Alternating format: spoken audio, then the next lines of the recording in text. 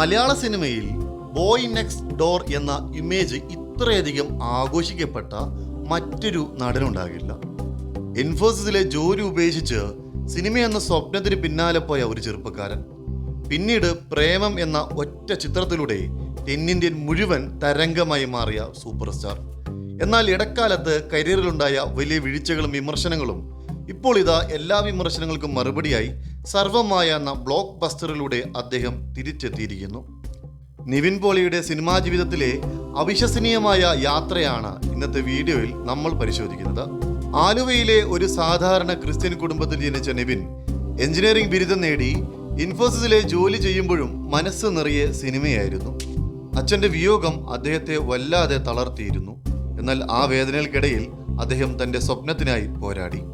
വിനീത് ശ്രീനിവാസൻ എന്ന സുഹൃത്തും വൈകാട്ടിയും അദ്ദേഹത്തിൻ്റെ ജീവിതത്തിലേക്ക് വരുന്നത് അവിടെയാണ്. മലർവാടി ആർട്സ് ക്ലബ് എന്ന ചിത്രത്തിനായി പുതുമുഖങ്ങളെ തേടിയപ്പോൾ ഒടുവിൽ ആ അവസരം നിവിനെ തേടിയെത്തി.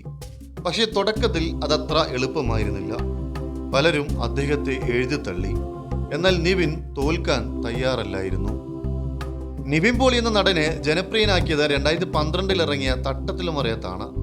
ഉമ്മച്ചിക്കുട്ടിയെ സ്നേഹിച്ച വിനോദിനെ കേരളം ഏറ്റെടുത്തു. പിന്നീട് കണ്ടത് നിവിൻ പോളിയുടെ വിളയാട്ടമാണ്. 1983 ഓം ശാന്തി ഓശാന ബാംഗ്ലൂർ ഡേയ്സ് തൊട്ടതെല്ലാം പൊന്നാക്കിയ കാലം. 2015 അൽഫോൺസ് പുത്രന്റെ പ്രേമം ഇറങ്ങിയതോടെ നിവിൻ പോളി എന്ന പേര് കേരളത്തിന് പുറമെ വളർന്നു. കറുത്ത മുണ്ടും ഷർട്ടും കൂളിംഗ് ഗ്ലാസും വെച്ച ജോർജ് തെന്നിന്ത്യൻ യുവാക്കളുടെ വികാരമായി മാറി.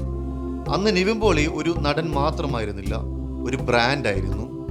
എന്നാൽ ഓരോ ഉയർച്ചയ്ക്ക് ശേഷം ഒരു താഴ്ചയുണ്ടാകുമല്ലോ. പ്രേമത്തിന് ശേഷം നിവിൻ വ്യത്യസ്തമായ വേഷങ്ങൾ പരീക്ഷിച്ചു. മൂത്തോൻ പോലെയുള്ള സിനിമകളിൽ ഗംഭീര പ്രകടനം കാഴ്ചവെച്ചുവെങ്കിലും ബോക്സ് ഓഫീസിൽ അദ്ദേഹത്തിന് തിരിച്ചടികൾ നേരിട്ടു. ശരീരഭാരം കൂടിയതിന് പേരിൽ കടുത്ത സൈബർ ആക്രമണങ്ങൾ അദ്ദേഹം നേരിട്ടു. Saturday night, Ramachandran boss and co, ഒടുവിൽ 2024 ഇറങ്ങിയ മലയാളി ഫ്രം ഇന്ത്യ എന്നിവ പരാജയപ്പെട്ടതോടെ നിവിൻ പോളിയുടെ കരിയർ അവസാനിച്ചു എന്നിവരെ പലരും വിധിയെഴുതി. അദ്ദേഹത്തിന്റെ സ്ക്രിപ്റ്റ് സെലക്ഷനെ കുറിച്ചും വലിയ വിമർശനങ്ങൾ ഉയർന്നു. പക്ഷേ വീഴ്ന്നിടത്ത് നിന്ന് എഴുന്നേൽക്കുന്നവനാണ് യഥാർത്ഥ നായകൻ. 2025 അവസാനം അഖിൽ സത്യന് സംവിധാനം ചെയ്ത സർവമായ എന്ന ചിത്രത്തിലൂടെ നിവിൻ പോളി ഗംഭീര തിരിച്ചുവരവ് നടത്തി. പഴയ നിവിൻ പോളിയുടെ ചാം, കോമഡി ടൈമിംഗ്, ഒപ്പം ഒരു ഫാന്റസി എലമെന്റ് സർവമായ തിയേറ്ററുകളിൽ ചിരിയുടെ മാലപ്പടക്കം തീർത്തു. കളക്ഷൻ നേടി ഈ ചിത്രം നിവിൻ പോളി എന്ന ക്രൗഡ് പുള്ളറുടെ ശക്തി ഒരിക്കൽ കൂടി തെളിയിച്ചു.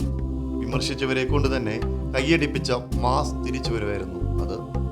നിവിൻ പോളിയുടെ ജീവിതം നമ്മളോട് പറയുന്നത് ഇതാണ്: വിജയങ്ങളിൽ അഹങ്കരിക്കാതിരിക്കുക, പരാജയങ്ങളിൽ തളരാതിരിക്കുക. കാലം എത്ര മാറിയാലും പ്രതിഭയുണ്ടെങ്കിൽ അത് തിളങ്ങുക തന്നെ ചെയ്യും. നിവിൻ പോളിയുടെ ഏത് സിനിമയാണ് നിങ്ങൾക്കിഷ്ടം?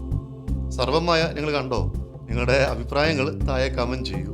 വീഡിയോ ഇഷ്ടമായാൽ ലൈക്ക് ചെയ്യാനും ഷെയർ ചെയ്യാനും മറക്കരുത്. അടുത്ത വീഡിയോയിൽ കാണുന്നവരെ ബൈ.